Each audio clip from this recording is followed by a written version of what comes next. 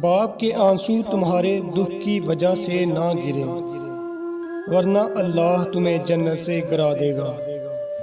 باپ ایک مقدس محافظ ہے جو ساری زندگی خاندان کی نگرانی کرتا ہے۔ باپ کے سامنے نظریں جھکا کر رکھو تاکہ اللہ تمہیں دنیا میں بلند کرے۔ باپ ایک کتاب ہے جس پر تجربات تحریر ہوتے ہیں۔ باپ کا احترام کرو تاکہ تمہاری اولاد تمہارا احترام کرے۔ باپ کی عزت کرو تاکہ اس سے فیض یاب ہو سکو۔ باپ کا حکم مانو تاکہ خوشحال ہو سکو۔ باپ کی سختی برداشت کرو تاکہ باکمال ہو سکو۔ باپ کی باتیں غور سے سنو تاکہ دوسروں کی نہ سننا پڑے۔